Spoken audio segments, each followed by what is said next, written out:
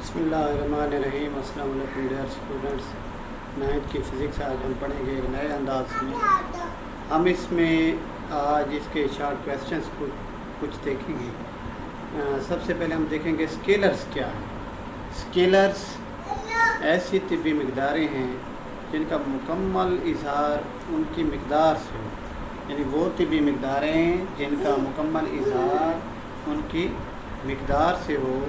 उन मक़दारों को क्या कहेंगे? हम स्केलर्स कहेंगे। ये तो हो गई उसकी डेफिनेशन, आपको नज़र भी आ रहा होगा सामने स्क्रीन पे। अब सवाल पैदा होता है कि ये मक़दार से क्या मुराद है। मक़दार से मुराद किसी अदद के साथ, यानी कोई भी हमारे पास अदद हो उसके साथ उसका मौजू यूनिट होना चाहिए। यानी दो चीज़ें ज़रूर होती हैं, मैं यहाँ लिख भी दूँ आपको। नंबर एक तो हमारे पास कोई अदद हो, ठीक है, और दूसरा हमारे पास क्या हो, हमारे पास मौजू यूनिट होना चाहिए। यानी ये जो दो चीज़ें हैं, अदद भी हो और साथ उसका क्या है, यूनिट भी हो, ये उसकी मक़दार को बयान करता है जो कि स्केलर्स के लिए ज़रूरी है। अब इनकी मिसालें उसने सामने ये लिखी हुई है। मसलन 2.5 kg। अब इसमें देखिए मैं साथ लिखता हूँ, 2.5 एक अदद है और kg यानी किलोग्राम ये यूनिट हो गया। तो ये दोनों चीज़ें पूरी हो रही हैं जो कि मक़दार को बयान करती हैं, ये स्केलर में आएगा। इसी तरह से 40 सेकंड लिखा हुआ है, यानी ये 40 लिखा हुआ है, साथ s लिखा हुआ है जो कि सेकंड को ज़ाहिर करता है, और साथ ही उसने लिखा है 1.8 और मीटर लिखा हुआ है। तो ये तीन मिसालें उसने लिखी हुई हैं, 2.5 किलोग्राम, 40 सेकंड और 1.8 मीटर। अब इन तीनों में क्या है, ये कंडीशंस हैं कि वो अदद भी हैं और उनके साथ यूनिट भी लिखे हुए हैं।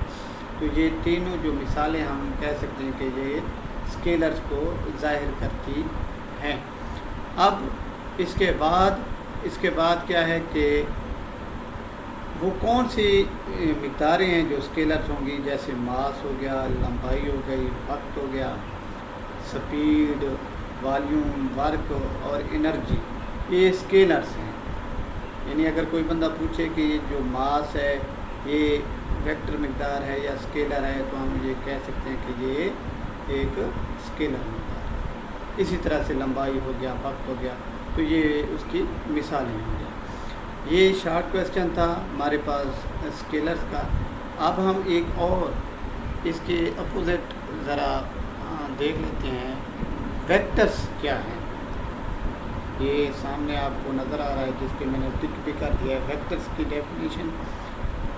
सबसे पहले उसने यहाँ पे एक तो मिसालें बताई हैं कि वेक्टर कौन कौन सी मक़दारें हैं, जैसे वेलोसिटी हो गया, डिस्प्लेसमेंट हो गया, फोर्स हो गया, मोमेंटम हो गया, टार्क हो गया, ये सारी वेक्टर्स हैं। अब इसका जो तारुफ या जो इसकी डेफिनेशन है वो क्या है, वो यहाँ से उसको देखेंगे। मैं इसको अंडरलाइन कर लूँ। किसी वेक्टर को उसकी मक़दार और सिमत की मदद से मुकम्मल तौर पर बयान किया जाता है। यानी वो मक़दारें, वेक्टर की आप ऐसे डेफिनेशन कर सकते हैं, वो मक़दारें जिनको ज़ाहिर करने के लिए उनकी मक़दार की ज़रूरत हो और उसके साथ साथ क्या हो, उनकी सिमत की भी ज़रूरत हो। तो ये जो मक़दारें होंगी जिनमें तिब्बी मक़दार हैं, जिनमें उनकी मैग्नीट्यूड भी हो, मक़दार भी हो, और उसके साथ साथ उसकी डायरेक्शन या सिमत भी हो, वो क्या कहलाएंगी, वेक्टर्स कहलाएंगी। अब उनकी मिसालें वो पहले मैंने बता दी हैं कि वेलोसिटी हो गया, डिस्प्लेसमेंट हो गया, फोर्स हो गया, मोमेंटम हो गया, वक्त अपना टार्क हो गया, ये वेक्टर्स की मिसालें हैं। अब एग्ज़ाम में इनका क्या पूछते हैं, डिफरेंस भी पूछ लेते हैं। अगर मैं ज़रा आपको इसका बोर्ड पे ले जाऊं तो वो ऐसे कहेगा कि ये स्केलर्स, और सामने ऐसे करके आप इसको लिखोगे कि वेक्टर्स ऐसे, या यूँ लिख सकते हैं स्केलर मक़दारें, ठीक है जी, और साथ भी वेक्टर मकदार है। ये इस तरह आपने उनका डिफरेंस लिखना है। ठीक है, अब दोबारा मैं ज़रा चलता हूँ उस पर, इसकी बुक पे। इसके अलावा अब शॉर्ट क्वेश्चन कौन सा हम देखेंगे यहाँ पे, इसके अलावा हम देखेंगे शॉर्ट क्वेश्चन, ज़रा देख लेते हैं। हम बड़ा ही अहम शॉर्ट क्वेश्चन देख रहे हैं, वो है जी वेक्टर का इजहार। ये आपको नज़र आ रहा होगा उसकी हेडिंग। वेक्टर का इजहार अब दो तरह से है, एक यहाँ से इतने तक के लिए यानी जो सिंपल यानी आम तौर पर हम वेक्टर को ज़ाहिर करते हैं, और एक है ग्राफिकली तौर पर वेक्टर को कैसे ज़ाहिर किया जाता है। तो जो हम अमूमन आम तौर पर वेक्टर को ज़ाहिर करते हैं उनके लिए हम उसको जल्दी हरूफ तर्जीह में लिखते हैं। ठीक है जी। कैसे, जैसे ये आपको नज़र आ रहा होगा, एफ़ लिखा हुआ है, ए लिखा हुआ है, डी लिखा हुआ है, ये ज़रा बोल्ड करके लिखा हुआ है, जल्दी करके लिखा हुआ है। और साथ क्या होता है, अगर जल्दी करके हम ना लिखें यानी बोल्ड करके ना लिखें तो उन हरूफ पर हम बार लिख या तीर का निशान डाल देते हैं, यानी बार होता है या तीर का निशान होता है। मसलन ये एफ़ लिखा हुआ है, जल्दी नहीं है, उसके ऊपर बार है, या तीर भी आप डाल सकते हो। इसी तरह ए डी, फिर एफ़ है, ए है, डी है, यानी ये तीन को उसने पहले बार से ज़ाहिर किया है, फिर उसके बाद उसने तीर का निशान के ऊपर डाल दिया है। ज़रा इसको मैं बोर्ड पे देखता हूँ। सबसे पहले अगर मैं इसको ऐसे, चलो मैं ज़रा ऐसे करता हूँ, तो इसको ऐसे ये जैसे ये एफ़ बोल्ड लिखा हुआ है, ये जल्दी लिखा हुआ है, इसी तरह से ए लिखा हुआ है, इसी तरह से डी लिखा हुआ है। ये जो तीन हरूफ हैं, जैसे एफ़ हो गया, ए हो गया और डी हो गया, ये हरूफ तर्जीह जल्दी लिखे हुए हैं, यानी बोल्ड या मोटे लिखे हुए हैं।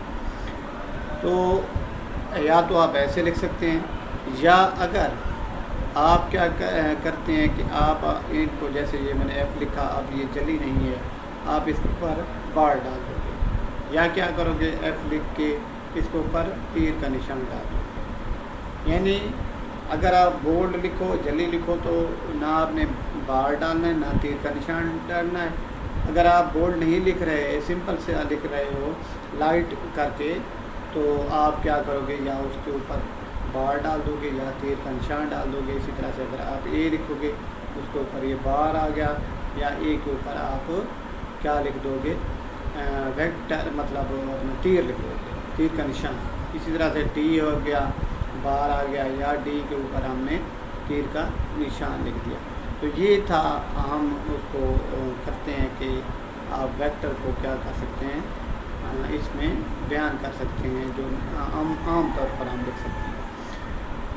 अब ये तो था अमूमन वेक्टर को ज़ाहिर करने का एक आम तरीका, जो एग्ज़ाम में पूछता है वो मैंने अंडरलाइन किया हुआ है। ग्राफिकली तौर पर हम कैसे इसको बयान कर सकते हैं, इसके लिए मैं ऐसा करता हूँ, ज़रा इस पेज को पेज यानी अप कर लेता हूँ।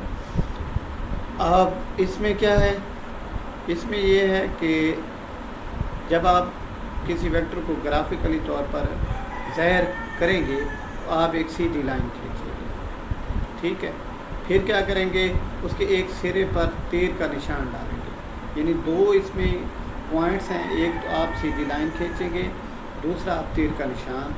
अब ये जो तीर का निशान है, ये वेक्टर की सिमत यानी उसकी डायरेक्शन को ज़ाहिर करेगा।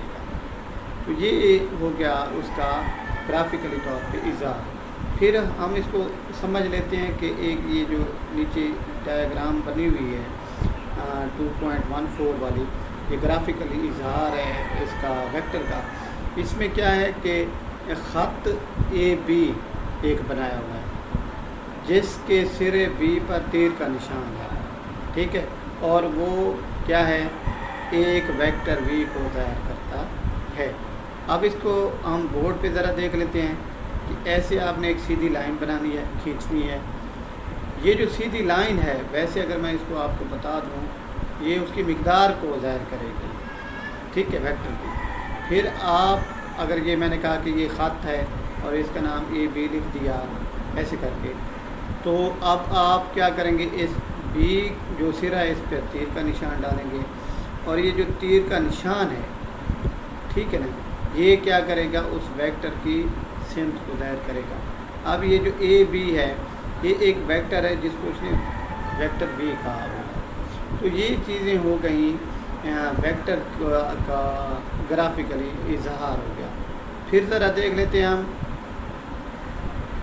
پھر اس نے کہا ہے کہ خط اے بی، یعنی ہمارے پاس جو خط اے بی تھا اس کی لمبائی کسی منتخب سکیل پر ویکٹر بی کی مقدار کو ظاہر کرتی ہے۔ وہی بات آ گئی کہ اگر آپ یہاں اے سے سٹارٹ کر رہے ہیں تو بی تک کے لیے یہ جو لینتھ ہوگی درمیان میں یہ اس کی مقدار کو ظاہر کرے گی، اور جو اے سے بی کی سمت ہے یعنی جو تیر کا نشان ہے وہ ویکٹر وی کی سمت کو ظاہر کرے گا۔ تو ڈیئر اسٹوڈنٹس، یہ آج کا ہمارا لیکچر تھا۔ ہم نیکسٹ انشاءاللہ اسی طریقہ کار کو اپنائیں گے تاکہ اس طرح ذرا ہمارا وقت بھی بچ جاتا ہے، اور کوشش کروں گا کہ آپ کو اس طرح آپ کو اچھی طرح سے سمجھ آئے۔